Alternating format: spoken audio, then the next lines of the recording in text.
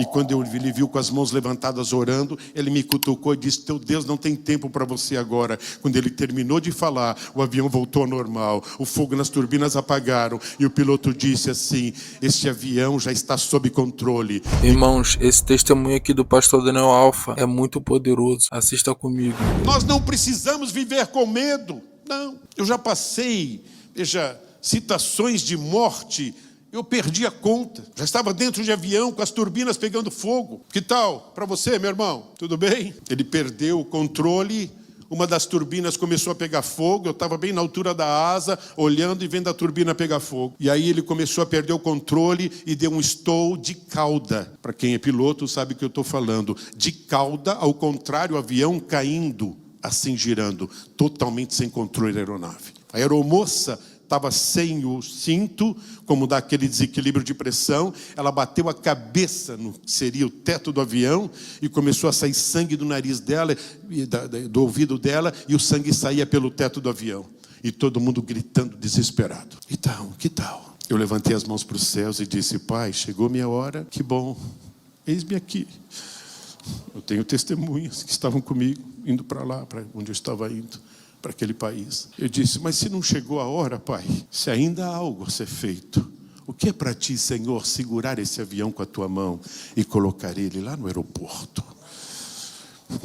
Um padre que estava do meu lado, e eu estava pregando o evangelho para ele, e ele dizendo, perguntando para a aeromoça: não tem outro lugar? Me tira do lado desse homem aqui. Veja. E ela dizia: eu já falei com outras pessoas, ninguém quer dar o lugar, o avião está lotado.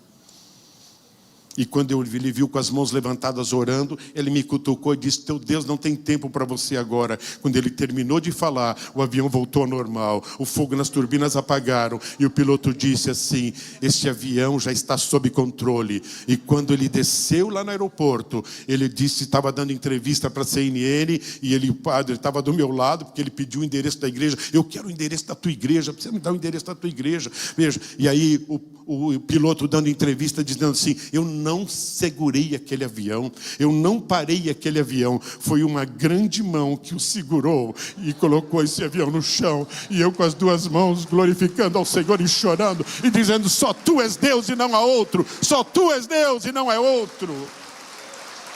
Ei, eu quero deixar uma coisa muito bem clara nesta noite: não tem nada de especial em mim que não tenha em você. O mesmo Cristo que eu tenho, você tem. E Deus me chamou para desafiar. Por quê? Porque o evangelho é de desafios. E às vezes nós nos entregamos e começamos a viver uma vida normal. O mundo sabe que somos crentes e não dá mais para viver vida normal. Meu Deus, eu nem tenho nada disso aqui anotado. Acabou o script. Deixa que venha do céu. Eu sei que vocês são batistas, gostam de todas as coisas, mas vocês convidaram alguém que aprendeu outras formas. Adoração. Não é possível abrir o céu sem adoração. O que eu fiz naquele avião? Eu adorei o meu Senhor. Eu adorei o nosso Senhor. É a única coisa que eu fiz. Eu não fiz nada diferente. Não tem nada de especial para mim. Veja diferente do que é para você. O problema é que às vezes, veja, você tem um problema e pergunta para uma pessoa, disse: olha, conheço um especialista que é fantástico, está aqui o telefone, procura. Foi muito bom para mim. Eu atendo na minha cidade pessoas, desculpa que os psiquiatras e psicólogos que estão aqui, que já passaram para não sei quantos psicólogos e psiquiatras e cristãos. E aí eles mesmos dizem: ó, é melhor você procurar o pastor Daniel Alfa, porque não tem mais o que fazer. Aí a pessoa chega lá na sala assim: pastor, para mim, eu não sei mais o que fazer. Aí eu falo assim: põe a mão aqui, põe a mão na mesa. Se está com a esposa, põe a mão tudo junto ali. E eu ponho minha mão em cima da mão deles, disse assim, e olho no rosto deles e disse: mas vocês estão dispostos a mudar? É a primeira pergunta que eu faço. E são cristãos. Eu disse: mas mudar como, pastor? Começar a acreditar que o Senhor quer o melhor para vocês. Começar a ouvir a voz de Deus. começar a sentir a presença do Senhor. Aí eles dizem, mas será que é? Será? Como é isso, pastor? Que coisa. Eu disse, a Bíblia diz que basta crer. Se você começar a adorar, juntamente com a sua esposa, você vai atrair a presença de Cristo sobre a tua casa, sobre a tua saúde, sobre a tua vida. E não tem nada que Deus não possa fazer. Essa é a primeira sessão. E aí eles pensam que eu vou fazer mais um monte de coisa. Deus abençoe, vai na paz. Por quê? Porque eu aprendi que quando nós dizemos ao mundo que somos cristãos, nós temos que ter coragem para entrar na vida espiritual, sobrenatural. Viver com Deus é sobrenatural. E eu sei que você sabe o que eu estou falando. E eu também sei. Desde a tenridade, eu aprendi o sobrenatural.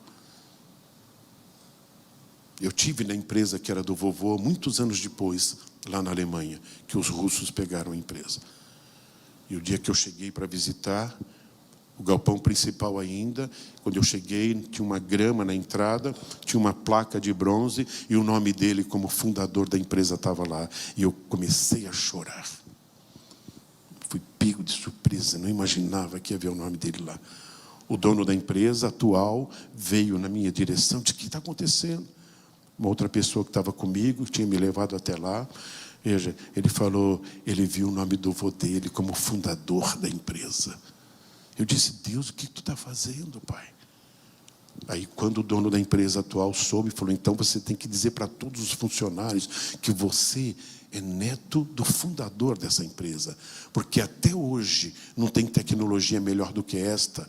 E quem sabe você pode nos contar a história de como ele desenvolveu isso. Que coisa tremenda. Vovô já tinha sido recolhido e eu estava agora contando o testemunho do que Deus era para ele e para todos os funcionários daquela empresa e por que eles podiam viver agora à base daquela tecnologia que tinha vindo do almoxarifado do céu, porque o meu avô tinha comunhão com Deus. Eu vi muitas lágrimas, muita gente chorando. Que Deus é esse que faz uma coisa dessa? Deu todas essas voltas, passou todos esses anos.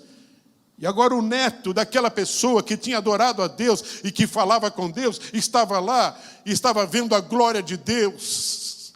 Eles disseram, não tem ninguém que represente essa máquina no Brasil. O senhor é a pessoa mais indicada. O senhor não pode representar? Eu falei, lógico, sem problema, vai ser um prazer. Veja. Mas eu não fui lá para isso. Fui lá para ver se encontrava alguma coisa ainda da empresa do vovô. Veja, e tudo que o vovô tinha me contado, os detalhes. Eu andava pela fábrica vendo como era a tecnologia e chorava. Você consegue imaginar o que Deus deu para ele naquela época? Você pega 2 rolos com formatos diferentes e coloca um pedaço de aço redondo no meio dos rolos e você vai apertando esse rolo, a frio esse aço vai tomando a forma do rolo. Lamina aço. Com 34 Rock-L-C de dureza. Para quem não sabe, é igual uma lima. Uma lima, se você passar no aço, veja, ela consegue tirar. Veja, a dureza de uma lima, porque é muito mais dura do que o aço que você está passando a lima. E quando eu vi tudo aquilo e vi agora a máquina funcionando, eu chorava e glorificava a Deus. Andava dentro da fábrica com as 2 mãos levantadas e só tu és Deus, Pai, e não há outro. Exatamente como o vovô tinha contado. Ele disse, eu não fiz nada. Ele falava. Era assim a oração dele. Ele começava a oração todas as vezes. Mein Gott, ich weiß nicht. Meu Deus, eu não sei nada. Aber, mein Gott weiß alles. Porém, meu Deus sabe tudo. Ei, teu Deus sabe tudo. Tudo o que você precisa, Ele sabe. É só falar com Ele, porque Ele quer falar com você. Mas volte a ter coragem. É isso mesmo. Não deixe as notícias, os problemas desse mundo te desanimar. Você é diferente e foi colocado neste mundo aqui para marcar este mundo, marcar a família que você vive. Os teus filhos têm que ser impactados pelo evangelho que você abraçou. Eles têm que saber que o destino deles é o céu, porque Deus não nos dá filhos para o inferno, Ele nos dá filhos para o céu. E os teus filhos e os meus estão reservados para o céu. Que bata em retirada toda sorte de ataque sobre as nossas famílias. Que o Senhor tenha liberdade de abrir o céu sobre cada casa aqui representada nesta noite.